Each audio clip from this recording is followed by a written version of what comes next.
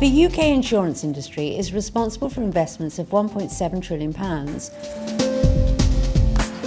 which means this industry's representative body, the Association of British Insurers, looks after the interests of a large proportion of institutional investors who potentially wield a lot of influence over the UK economy. We've come along to the ABI to ask its Director General Otto Thoresen about his views on the future of insurance in the UK. Do you think there is a disconnect between the potential influence of ABI members, government actions and public perception?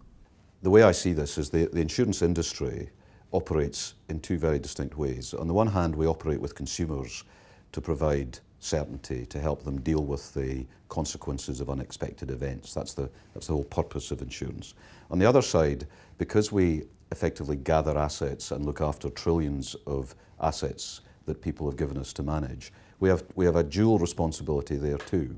One is to drive growth in the economy, potentially through infrastructure investing and the like, and the other is to ensure that companies in which we invest are well run. So there are two very distinct dimensions to the role of the insurance industry.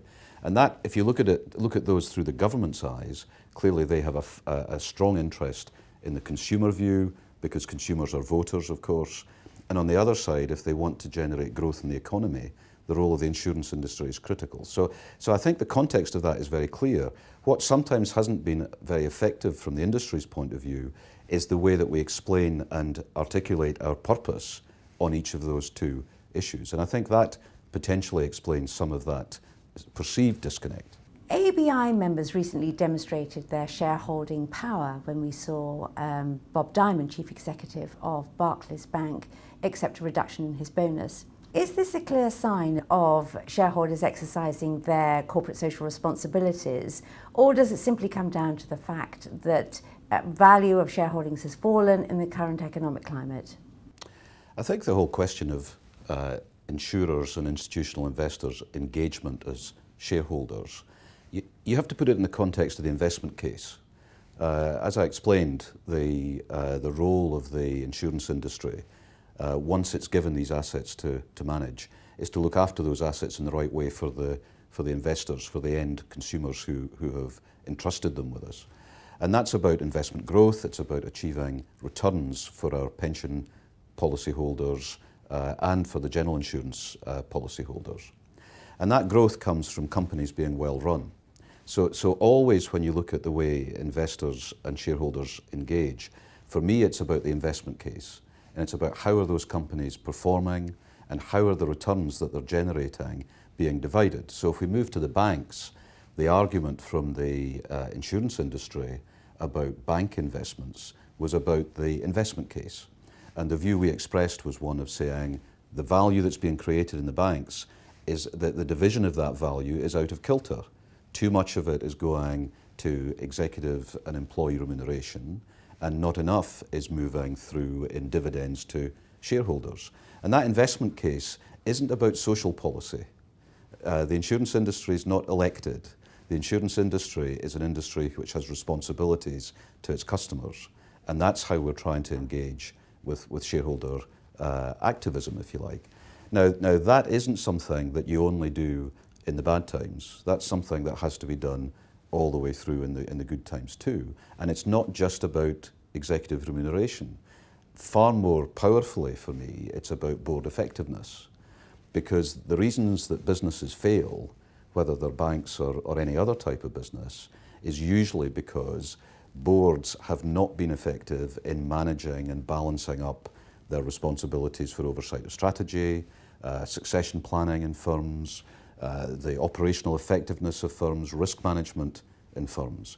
And it's the engagement of shareholders with the boards of companies to demonstrate good governance and good board effectiveness that's going to lead to better outcomes for our customers, but also a better outcome for the UK economy.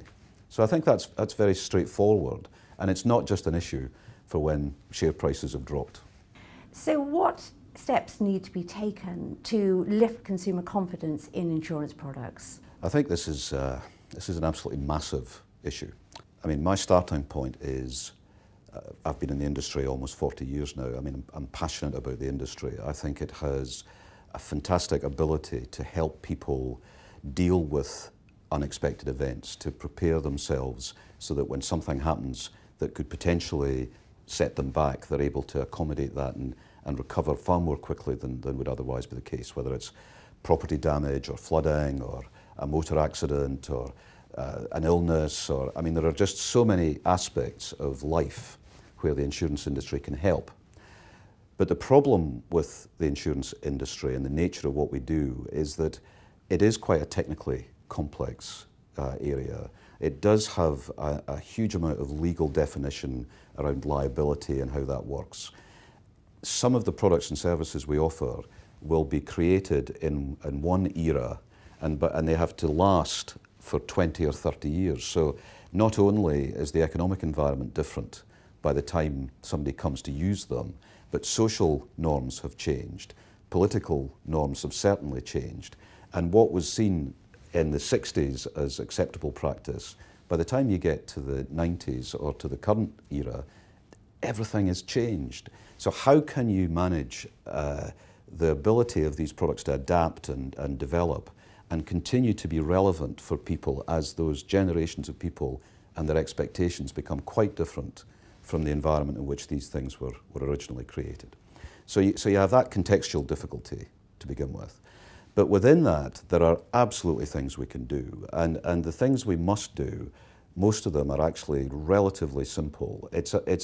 For a start, it's about clarity in terms of communication and explanation, so that people understand what a product can do and what it doesn't do, where their expectation of what it can deliver for them is clear, so that when they choose to take advantage of that, they aren't disappointed.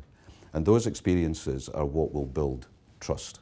The second point is when you make a mistake, when you get something wrong, when you mess up, don't spend months trying to persuade and argue that you haven't messed up.